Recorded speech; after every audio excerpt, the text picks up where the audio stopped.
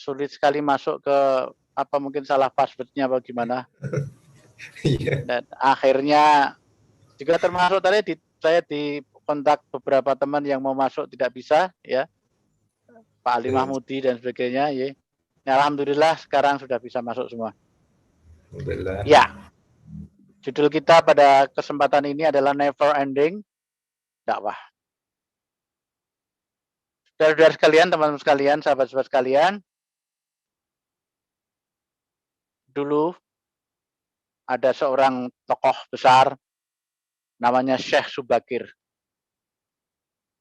Konon beliau adalah dai yang dikirim ke tanah Jawa untuk berdakwah, dan beliau melakukan perjalanan panjang dengan tentu saja tidak dengan pesawat terbang, tentu saja tidak dengan kereta api, bis, taksi, motor, karena beliau hidup di tahun 1400-an. Beliau datang ke tanah Jawa untuk berdakwah. Karena menurut kisah-kisah yang ada di literatur-literatur, dikatakan bahwa beliau datang ke tanah Jawa karena mendapat tugas berdakwah ke tanah Jawa. Perjalanan yang sungguh sangat panjang, berjalan kaki, darat, ya. Dan beliau sampai di tanah Jawa bertahun-tahun untuk sampai tanah Jawa.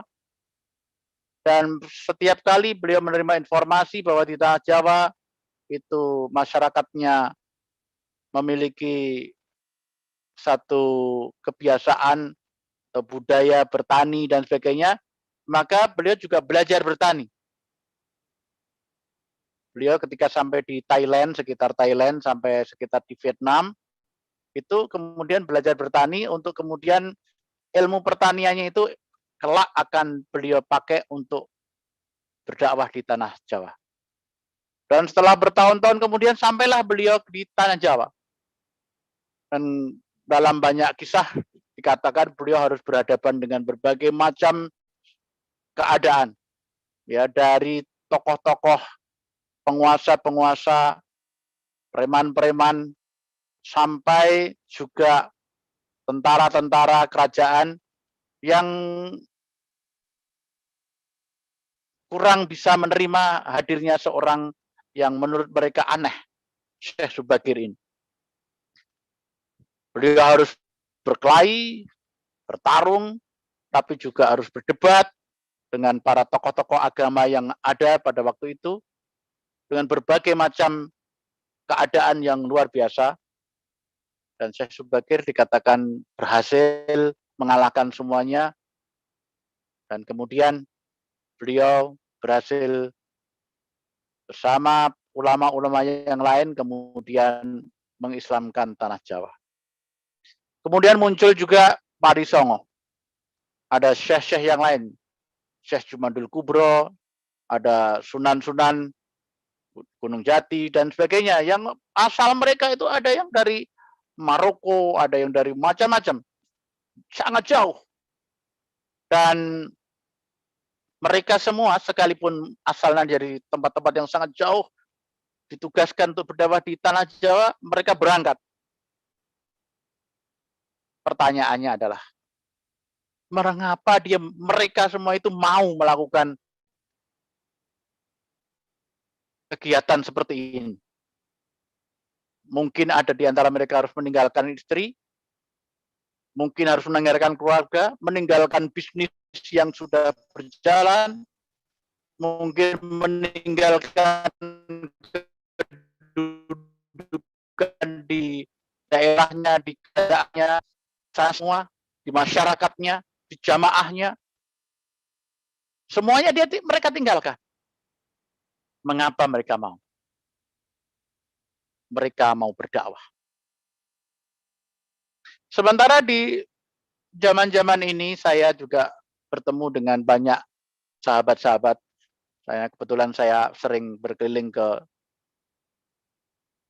Jawa, ke luar Jawa, saya bertemu dengan sahabat-sahabat yang sama, yang sekalipun tidak seheroik yang para wali songo itu, tapi mereka ditugaskan ke tempat lain, berpindah pulau, bahkan di tempat yang tidak mereka kenal, di daerah yang penuh dengan konflik, berangkat. Konon ada juga kisah yang baru mencuci baju, lalu dipanggil, kamu hari ini ditugaskan berangkat ke sebuah tempat tertentu. Di desa apa begitu, di daerah mana begitu. Dia sempat mengatakan,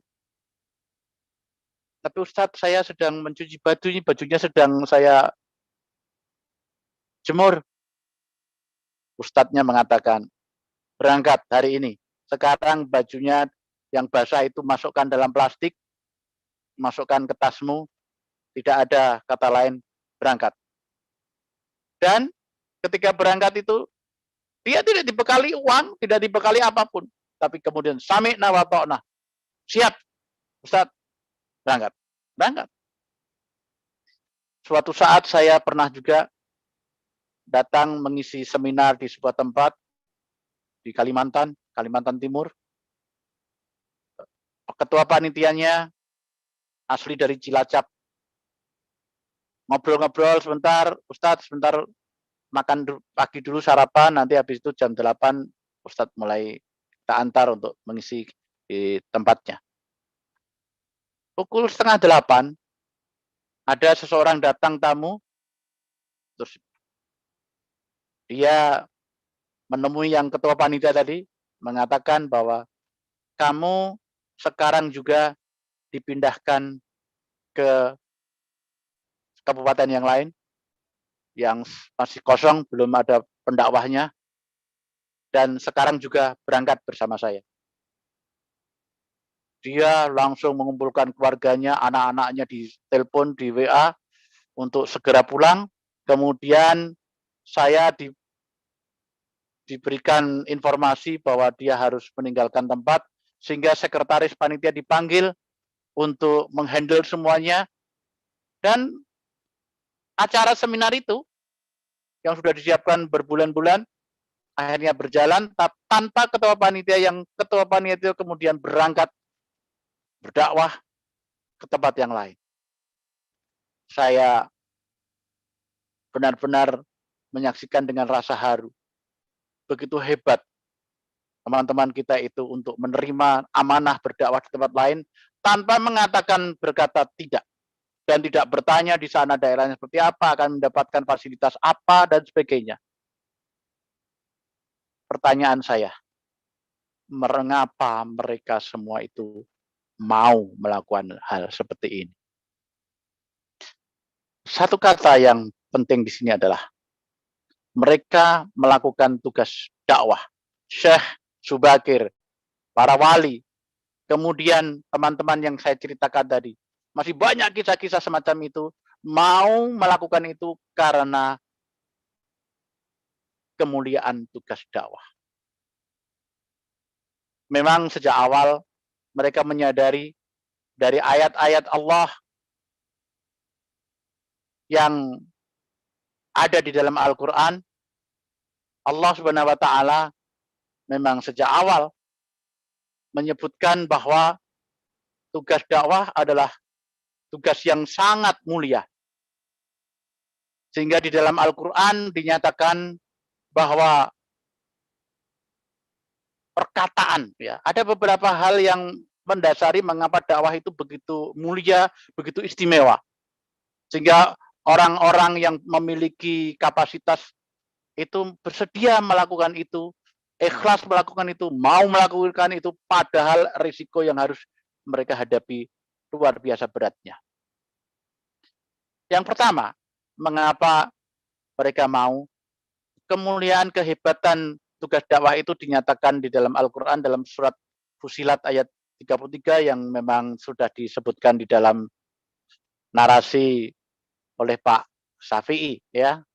Wa man ahsanu qawlan mimman da'a ilallah wa amila sholih wa amila sholihan wa qala innani minal muslimin. Ya, apakah ada yang lebih baik dari perkataannya dari orang-orang yang menyeru kepada Allah? Adakah? Tidak ada. Perkataan yang lebih baik dari berdakwah itu tidak ada. Berarti memang dakwah adalah merupakan perkataan terbaik. Jadi ini adalah satu jalan orang-orang yang memilih keterbaikan. Memilih sesuatu yang paling tinggi derajatnya. Dalam ayat yang lain, ya, yang kedua alasannya karena memang dakwah ini adalah jalannya para rasul. Sehingga para anak Rasulullah sallallahu alaihi wasallam mengatakan, "Qul hadhihi sabili ad'u ilallah." Jadi katakanlah ya Muhammad bahwa ini jalanku. Apa jalanku? Ad'u ilallah. Berdakwah menuju Allah. Jadi dakwah menuju Allah itu adalah ini surat Yusuf ayat 108 ya. Bersama orang-orang yang mengikuti Rasul, dakwah adalah jalannya para Rasul. Jadi kalau kita berdakwah, pada dasarnya kita memilih jalan sebagaimana jalan yang dipilih oleh para Rasul. Lalu yang ketiga, alasan mengapa mereka itu mau berdakwah dan dengan penuh risiko, ya karena dakwah ini hanya diberikan tugasnya kepada hanya orang-orang istimewa. Ya, orang-orang istimewa. Kalau di dunia tentara gitu misalnya, tidak semua tugas-tugas khusus yang memiliki bahaya besar itu diberikan kepada tentara biasa. Misi-misi khusus, misi-misi berat, misi-misi dengan sesuatu yang bersifat spesialis diserahkan kepada tentara khusus yang dilatih juga secara khusus, yang memiliki kebanggaan khusus. Demikian pula dakwah. Ternyata Allah Subhanahu wa taala menyatakan wal takum minkum ummatun yad'u ila khair wa ya'muruna bil ma'ruf wa yanhauna 'anil munkar wa ulaika humul muflihun. Kata Allah, hendaklah ada di antara kamu orang yang berdakwah, menyeru kepada Allah, menyeru kepada kebajikan, ya, dan seterusnya. Jadi ada segolongan orang yang memang oleh Allah ditugaskan untuk itu, dipilih untuk itu, atau merasa dipilih oleh Allah untuk melakukan tugas semacam itu. Jadi memang dakwah adalah sebuah tugas yang sangat istimewa. Ya, ada orang-orang yang memang memiliki keterpanggilan sebagai sebuah pilihan yang Allah berikan khusus kepada segolongan tertentu. Saudara-saudara sekalian, dikatakan tadi, kenapa kemudian yang keempat ini, yang ketiga, karena ini adalah dirasakan sebagai tugas khusus yang membanggakan. Yang keempat adalah bahwa dinyatakan oleh Allah wa ulaika humul muflihun. Tadi di ayat Ali Imran ayat 104 ini, bahwa dan mereka itulah orang-orang yang bertugas berdakwah itu adalah orang-orang yang beruntung. Jadi Allah menyatakan sebagai kaum orang yang beruntung. Jadi mengapa orang memilih jalan dakwah ini? Ada 4 alasan yang penting menurut Al-Quran. Yang pertama adalah bahwa mereka semua memilih jalan dakwah karena memang ini adalah kemuliaan terbaik. Perkataannya dikatakan terbaik. Dia ingin mendapatkan satu derajat keterbaikan. Yang kedua, karena tadi dikatakan bahwa itu adalah jalannya para nabi dan orang-orang pengikut para nabi. Jalan kerasulan. Luar biasa. Jadi ittiba nabi, ittiba rasul. Yang ketiga adalah karena jalan dakwah ini adalah jalan para, memang tadi, apa namanya, orang-orang khusus, para spesialis, orang-orang yang memiliki kekhususan ya, yang luar biasa. Yang keempat, bahwa dakwah, dengan berdakwah itu mereka menginginkan mendapatkan satu keberuntungan di mana Allah menyatakan bahwa orang-orang yang berdakwah adalah orang-orang yang dimasukkan dalam golongan orang-orang beruntung. Lalu yang kelima, kalau yang empatnya Al-Quran. Yang kelima adalah karena berdakwah itu adalah perintah Rasul. Ada perintah yang sangat jelas. Balighu ani walau ayah. Sampaikan dariku meskipun hanya satu ayat. Saudara-saudara sekalian, jadi mereka semua itu mau melakukan hal semacam itu karena 5 alasan ini. Nah, bagi kita umat Islam, bagi para sahabat sekalian yang memiliki pilihan hidup sebagai orang yang beriman, dengan 5 alasan ini, saya kira kita semua akan tertarik. Kita semua akan mendapatkan satu sesuatu yang menarik. Ya, ini jalan hidup yang luar biasa. Nah, itu yang kemudian membuat banyak orang terpanggil untuk menjadi dai. Sekalipun, nah ini, ketika memilih jalan hidup sebagai dai, maka di sana akan berhadapan dengan banyak risiko, banyak konsekuensi. Nah, kadang-kadang di dalam berhadapan dengan risiko dengan konsekuensi ini, ada yang kemudian menyatakan mundur. Kemudian, wah, ternyata saya tidak kuat dengan ujian-ujian berdakwah yang dihadapi terlalu berat. Mungkin ada yang kemudian yang tadinya menjadi aktivis dakwah menjadi lari dari dunia dakwah. Ada juga yang dulunya menggebu-gebu menjadi para aktivis dakwah, tapi ketika suatu saat dia menikah, dia bekerja dan sebagainya, lalu aktivitas itu menjadi hilang. Ya, pernikahan membuat aktivitas dakwahnya menjadi menghilang. Nah, ini tentu saja harus dipertanyakan. Apakah 5 alasan yang tadi benar-benar sudah menjadi satu komitmen untuk menjalani dunia dakwah, jalan dakwah ini benar-benar merasuk di dalam dirinya. Benar-benar diyakini sebagai jalan hidupnya. Saudara sekalian, para sahabat sekalian. Nah, tentu saja untuk menjadi seorang pendakwah, orang yang memilih jalan dakwah ini, ada banyak hal yang perlu dimiliki. Ya, semacam persyaratan begitu ya, untuk menjadikan jalan dakwah ini benar-benar bisa istiqomah. Yang pertama tentu saja bahwa orang ini harus adalah dari golongan orang yang beriman, pasti. Ya, dai adalah bagian dari tugasnya orang yang sudah beriman. Ya, tanpa menjadi orang beriman, dia tidak punya kewajiban, tidak punya tugas untuk menjadi dai, menjadi pendakwah. Nah, jadi pertama adalah dia beriman. Ya, yang kedua tentu saja adalah dia berilmu.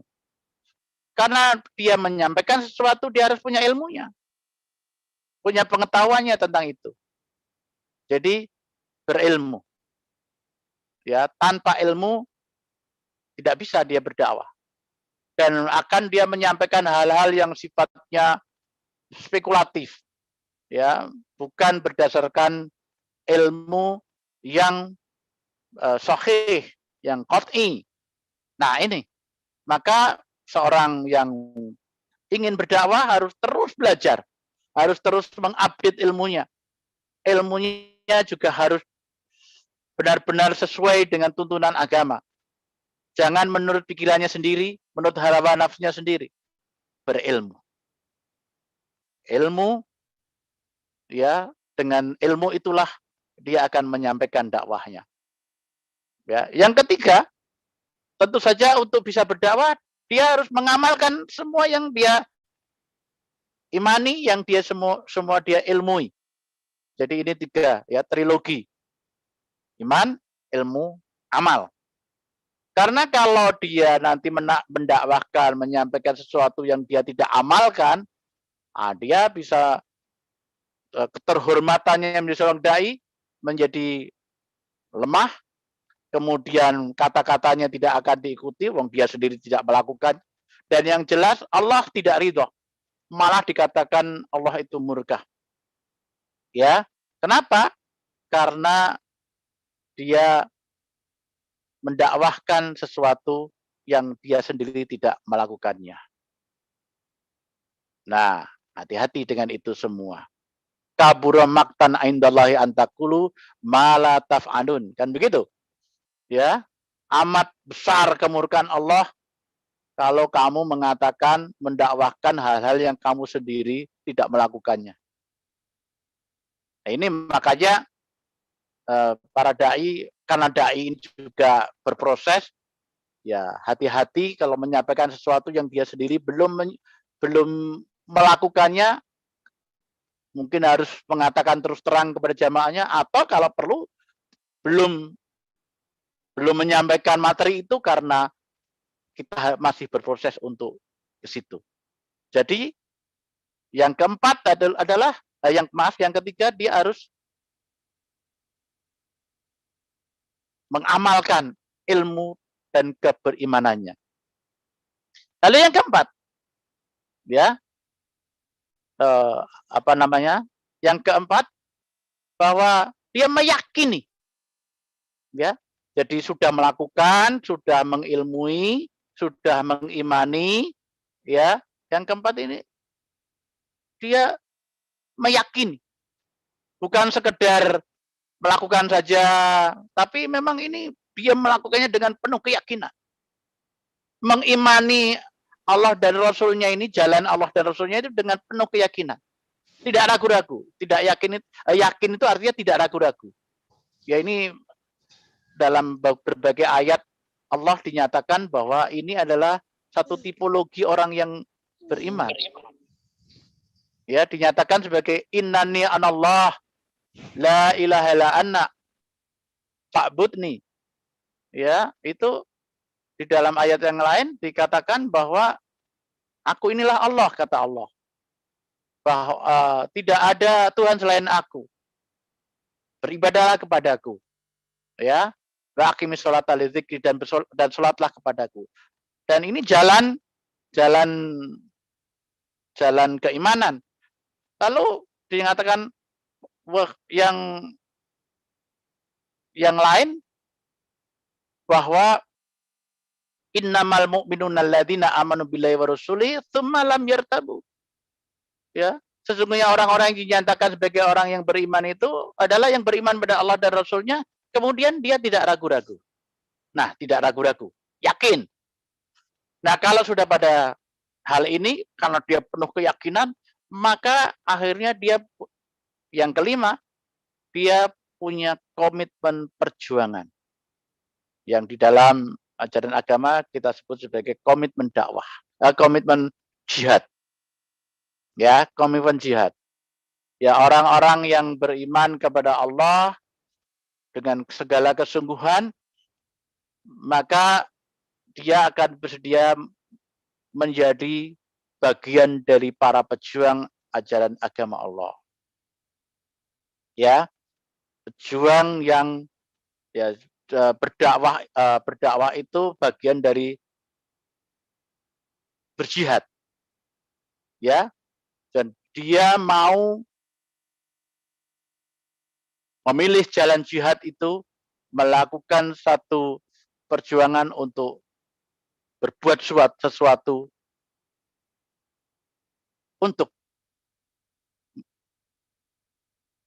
membesarkan asma Allah di muka bumi ini, menebarkan semua itu menyebarkan berita gembira sehingga banyak orang tertarik kepada ajaran agama Islam, sehingga banyak orang yang kemudian istiqomah menjalankan ajaran agama Islam, banyak orang kemudian yang yakin pada keselamatan akhirat, keselamatan dunia akhirat atas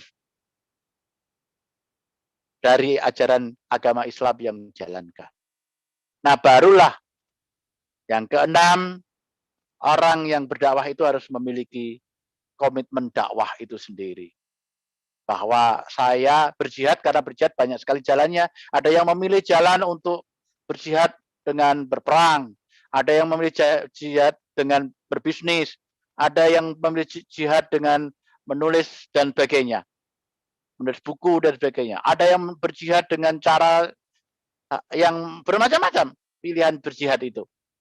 Tapi para pendakwah, para juru dakwah, orang-orang yang memilih jalan dakwah, dia berkomitmen memilih jalan dakwah karena 5 alasan yang tadi sudah saya sampaikan.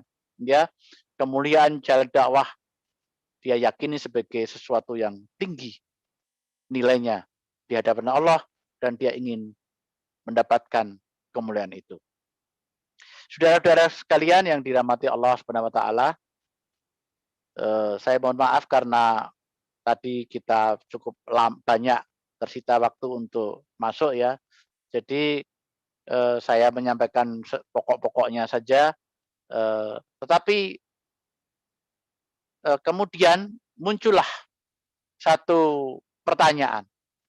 Supaya kita bisa berdakwah dengan baik, berdakwah dengan berhasil, berdakwah dengan tuntunan Allah. Maka Allah memberikan satu kunci tuntunan yang sudah banyak kita ketahui dalam surat Al-Nahl ayat 125 itu ya. Ud'u ila sabila rabbika bil hikmah. Ya, berdakwalah kamu ya di jalan Tuhanmu dengan hikmah. Pertama dengan bijaksana ya. Pertama berdakwah itu harus bijak. Harus mengerti siapa yang dihadapinya. Harus mengerti psikologi dakwah.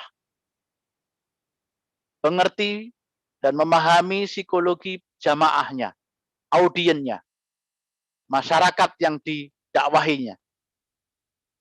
Jadi itulah sebabnya mengapa Syekh Subakir belajar pertanian. Karena nanti yang dia hadapi adalah orang-orang Jawa yang berbudaya sebagai petani. Budaya agraris. Nah, ternyata benar. Sesampai di tanah Jawa, ilmu pertanian yang beliau bawa yang lebih tinggi daripada yang dilakukan oleh orang-orang di tanah Jawa sehingga bisa panen lebih banyak. Itu menjadikan orang-orang Jawa, petani itu tertarik. Kok Syekh Subakir luar biasa kemampuannya bertani sehingga panennya yang beliau tanam itu selain bagus-bagus hasilnya juga bisa sering panen.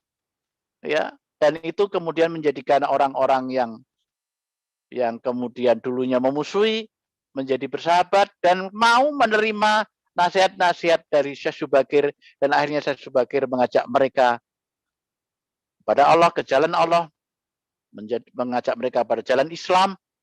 Mereka dengan ikhlas mau menundukkan diri kepada Syekh Subakir dengan hikmah. Lalu bal mau'izatil hasanah, dan dengan pengajaran yang baik, dengan metode-metode yang tepat, dengan cara-cara yang bisa diterima.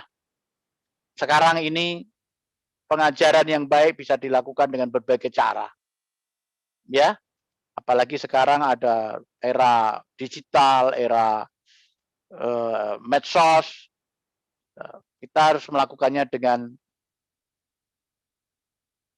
pembelajaran, dengan pengajaran yang baik. Nah, lalu kadang-kadang kita harus berhadapan dengan orang-orang yang memiliki keyakinan yang berbeda tapi keras. ya mengajak beradu argumentasi. Bahkan kadang-kadang harus menggunakan cara-cara ucapan-ucapan yang begitu keras untuk didengar di telinga. Nah, terhadap kemungkinan ini, Allah menyatakan wajadilhum bilati ya ahsan. Dan kalau harus berdebat, maka tetap berdebatlah dengan baik. Ya, tidak boleh kita mudah terpancing emosi. Tidak boleh kita harus kemudian terpancing untuk berucap-ucap yang kasar, apalagi yang menghinakan dan sebagainya. Nah, ini tantangan. Sejak awal Allah menyatakan wajadilhum bilati hiya ahsan. Kalau kamu terpaksa harus berdebat, ya, maka tetap harus memiliki kemampuan berdebat dengan berdebat yang baik. Berargumentasi dengan akal sehat. Berargumentasi dengan santun. Dengan sesuatu yang tidak menghinakan, tidak merendahkan nilai Islam itu sendiri, nilai dakwah itu sendiri. Sehingga akhirnya orang yang berdebat, yang mengajak debat itu dengan cara-cara yang kasar akan malu sendiri karena cara yang dia gunakan tidak baik. Ya, di dalam berdakwah itu ada aspek-aspek yang harus diperhatikan. Aspek pertama tentang kebenaran apa yang disampaikannya sendiri, ya, materinya itu harus diyakini kebenarannya, dan itu benar-benar ajaran agama Allah yang perlu disampaikan kepada audien, kepada jamaah, kepada khalayak. Yang kedua adalah cara yang disampaikan, cara pengungkapan penyajian perkataannya harus benar-benar mencerminkan keterbaikan. Ya, sebagaimana tadi dikatakan dalam ayat Al-Qur'an bahwa ini adalah kaulan kata-kata terbaik. Ya, dakwah adalah harus menggunakan kata-kata terbaik. Ya. Nah, lalu yang ketiga harus menggunakan media yang tepat. Ya, media, metode, penyajian, kemudian kebenaran yang disampaikan bukan hoax, ya, bukan sesuatu yang tersesat, dan ini menjadikan dakwah menjadi kuat. Wajadilhum bilati ya ahsan. Saudara-saudara sekalian, itulah dasar-dasar kita ketika harus berdakwah. Nah, sekali lagi, ini adalah jalannya orang-orang yang istiqomah. Kalau sudah yakin, tentunya kita perlu istiqomah untuk terus menjalani dakwah. Makanya saya mengajak teman-teman sekalian yang tergabung dalam lembaga dan organisasi dakwah, apapun keadaannya, mari kita jadikan itu sebagai sebuah tantangan, ujian dakwah kita. Bukankah jalan dakwah sudah kita pilih? Bukankah kita sudah meyakini bahwa jalan dan dakwah itu adalah jalannya para nabi? Bukankah jalan dakwah itu jalannya orang-orang yang terpilih? Bukankah jalan dakwah itu adalah jalannya orang-orang yang meyakini bahwa itu adalah tugas terbaik orang-orang yang beriman? Mengapa kita harus meninggalkan itu semua? Mengapa kita harus menurunkan tensi dakwah kita ketika ada satu keadaan yang berubah? Pindah rumah, pindah kerja, yang tadinya mahasiswa pindah menjadi memiliki tugas yang lain, menikah, punya anak. Itu bukan alasan bagi kita untuk meninggalkan dunia dakwah. Ya, bagi teman-teman yang sudah memilih satu lembaga tertentu untuk menyalurkan energi dakwahnya, tujuan dakwahnya, cita-cita dakwahnya, ayo kita semua istiqomah untuk itu. Jangan sampai kita kemudian meninggalkan semuanya. Terima kasih. Mungkin itu Pak Syafi'i yang bisa saya sampaikan. Ya, Siap. Barangkali ada tanggapan, sudah tepat jam 7 menurut jam saya.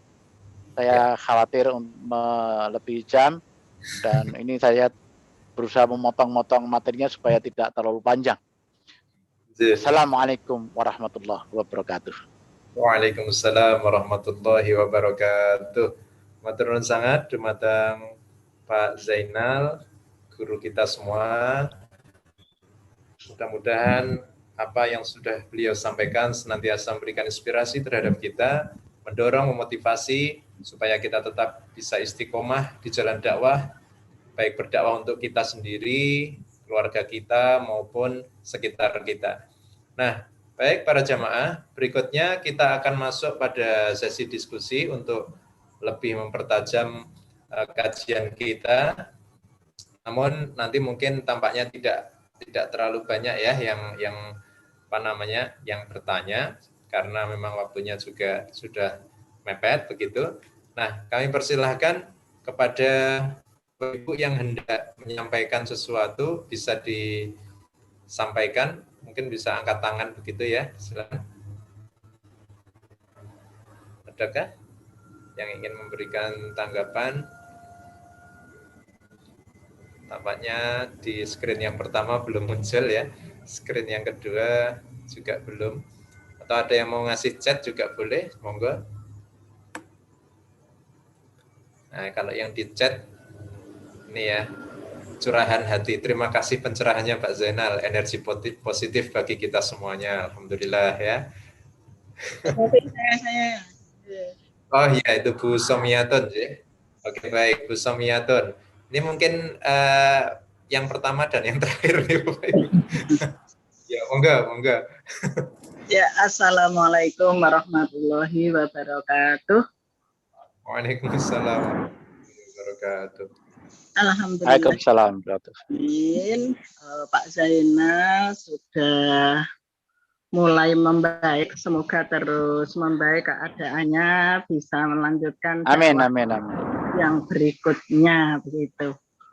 Ya, berikutnya yang pertama Pak Syafi'i, ini usul gimana kalau setiap kajian seperti ini para wali, murid, semua yang di bawah Yayasan SPA itu juga dilibatkan pripun. Ya biar gayeng lah kan eman-eman. Islam juga boleh, Bu. Gimana?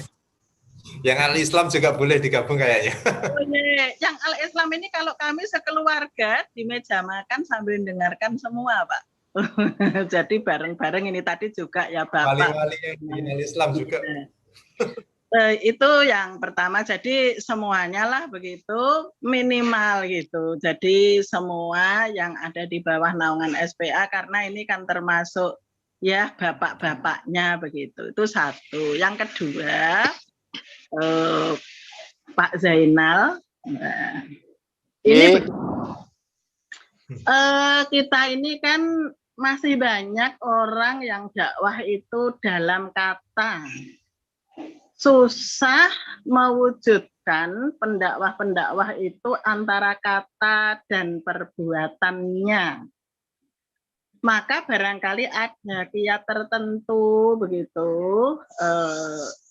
supaya ya apa yang dilakukan itu merasa diawasi oleh Allah, sehingga dakwah ini benar-benar ya mungkin kalau kita melihat Rasulullah itu kenapa berhasil, karena kan kejujurannya, keikhlasannya, begitulah. Kami ini kadang-kadang sudah ini mau dakwah itu kira-kira amplopnya piro ya. Nah, hal-hal yang kayak begitu kadang yang ada di belakangnya begitu loh. Jadi ini gimana tentunya untuk menghilangkan itu semua. Berikutnya orang dakwah itu liku-likunya luar biasa, Pak. Jadi termasuk saya itu pernah juga di Sungapan suruh ngisi pengajian, yang jemput mahasiswa tak tanya, bensinnya masih Mbak? Oh masih banyak Bu. Lah saya yang di depan, begitu pas kondisi di atas puncak, bensinnya habis, saya hampir mungkin sudah nggak ada hari ini kalau Pak Muslihin nggak cepet. Artinya apa? Banyak sekali kadang dijemput ya kendaraan bensin, kayak orang gawa duit, nah ini biasa. Makanya tolong bagaimana untuk menjaga keistiqomahan, kemilitanan dalam berdakwah ini saya pikir sangat penting. Mungkin itu termasuk saya terima kasih dan mendoakan semoga terus sehat hari ini walaupun kondisinya belum fit betul sudah bisa menyampaikan dakwahnya. Matur suwun. Assalamualaikum warahmatullahi wabarakatuh. Waalaikumsalam Waalaikumsalam. warahmatullahi wabarakatuh. Matur nuwun sangat Bu Som atas tanggapannya. Tadi saran untuk melibatkan semua wali yang ada di jajaran SPA, mudah-mudahan nanti juga bisa ditindaklanjuti.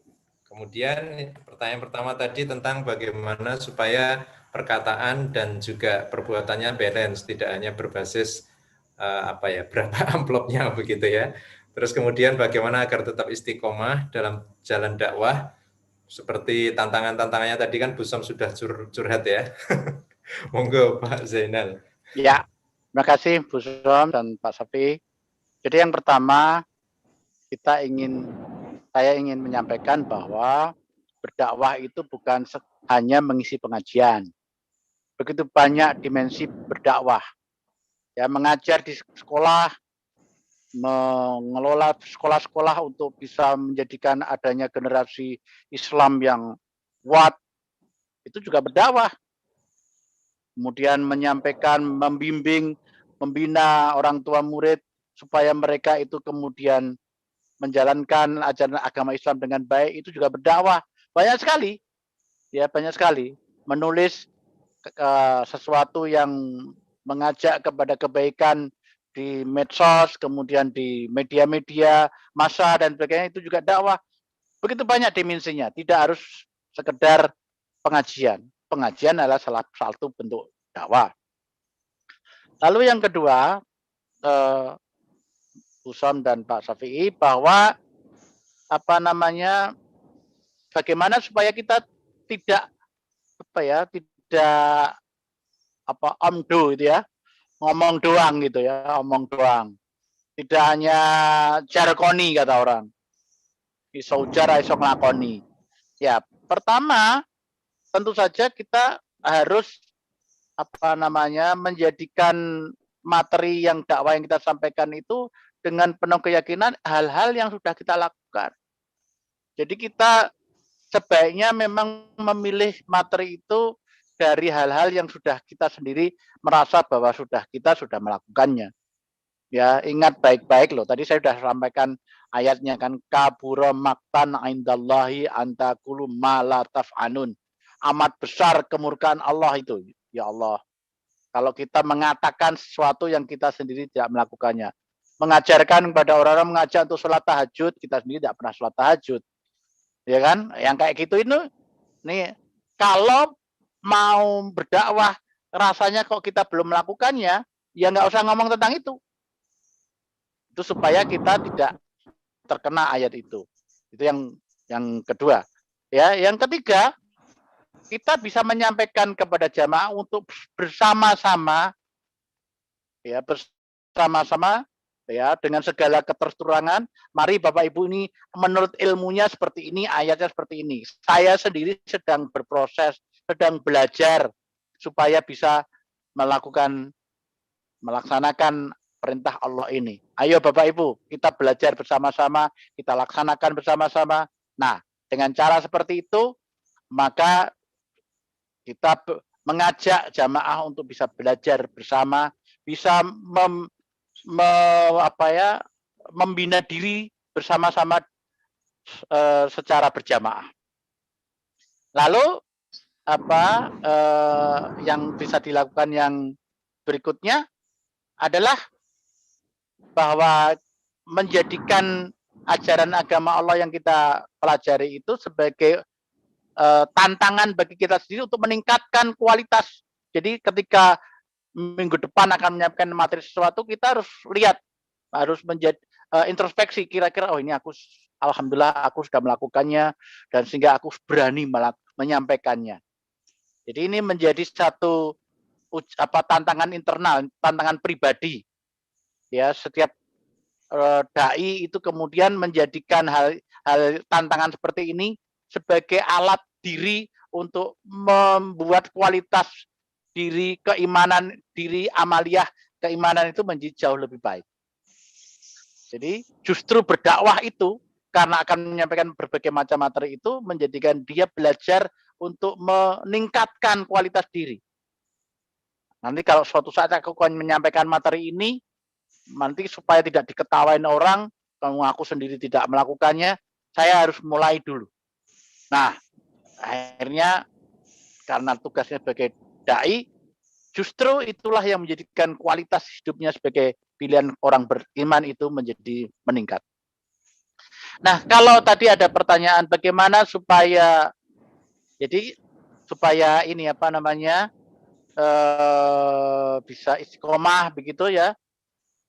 Ya, pertama dengan melihat tantangan-tantangan yang risiko-risiko yang tadi ceritakan Bu Som, ya saya sendiri secara pribadi juga sering merasakan hal seperti itu. Saya juga pernah diboncengkan berdakwah ke Gunung Kidul, di tengah jalan motornya nabrak pohon dan sebagainya, ya pernah ya, dan lain sebagainya. Dan itu semua adalah ujian orang yang berdakwah. Ya, berdakwah datang ke sebuah tempat, ternyata di sana sudah ada orang, karena ternyata pengajiannya diajukan kemarin, panitianya tidak memberitahu bahwa pengajiannya maju. Kita datang menemui tempat yang kosong, mompong, tidak ada orang, ya pulang. Ini juga ujian, apakah kita ikhlas ya menerima itu semua. Saya pernah mendengar misalnya, jadi teman kita yang berdakwah di Papua sana, ya seorang dai untuk berdakwah di desa setempat, di sampingnya desa sebalik gunung itu, dia harus berjalan kaki menerobos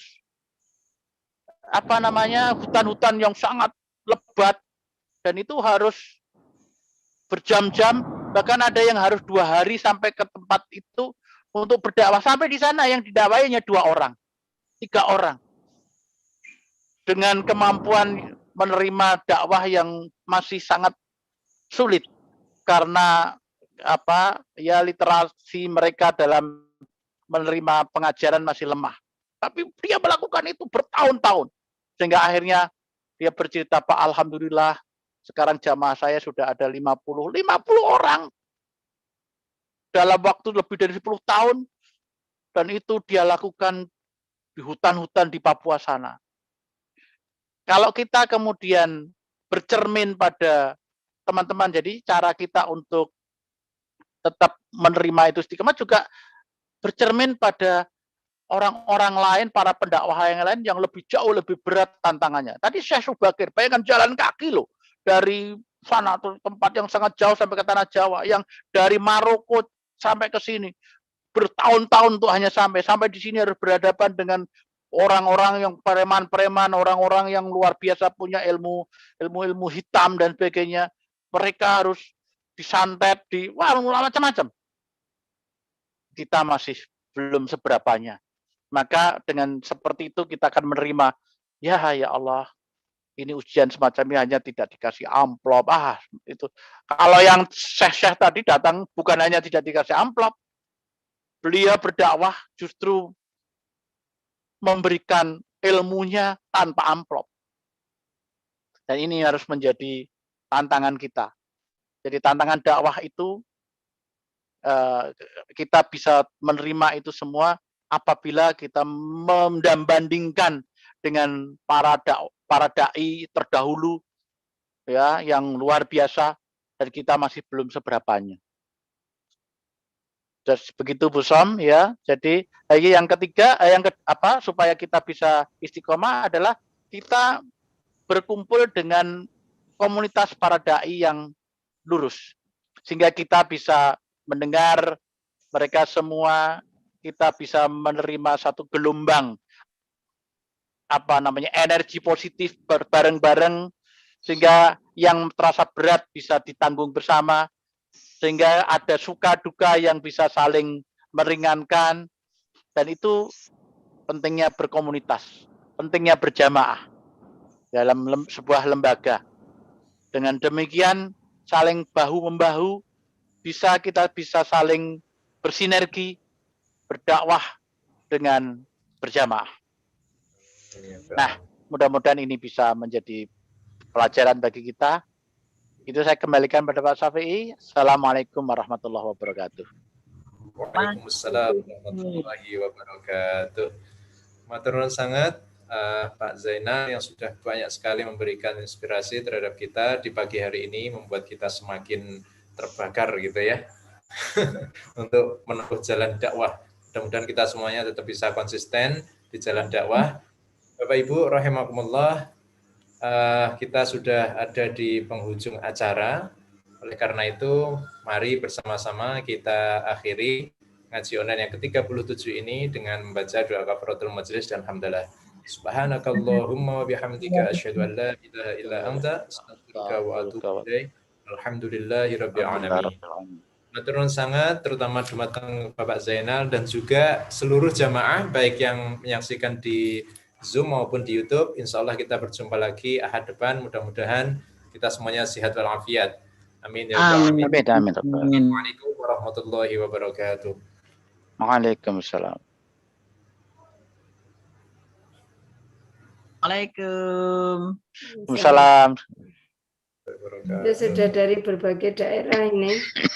Ya, Bu. Oh ya, alhamdulillah. Alhamdulillah, matur nuwun Pak Zainal. Lengkap ini. Dan selalu Pak Ibu Guru juga. Amin.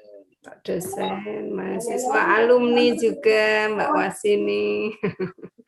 Ternuwun Pak Zainal. Assalamualaikum Bu Umi. Ya, Iya, sama. kalau nanti sudah jadi guru, sudah jadi istri, Sudah. tidak boleh berhenti dakwahnya, harus tetap jalan dakwah. Nah, gitu. Biasanya gitu kalau sudah jadi guru, terutama kalau sudah jadi istri, itu terus kemudian aktivitas dakwahnya bukan hanya melemah, tapi jadi berhenti. Nah, itu tantangannya Ini begitu. dakwah di keluarga. Iya, mestinya niat dakwahnya selain di keluarga juga di lingkungan, tetap punya komunitas tertentu untuk bisa berkembang. Banyak cara kan? Iya.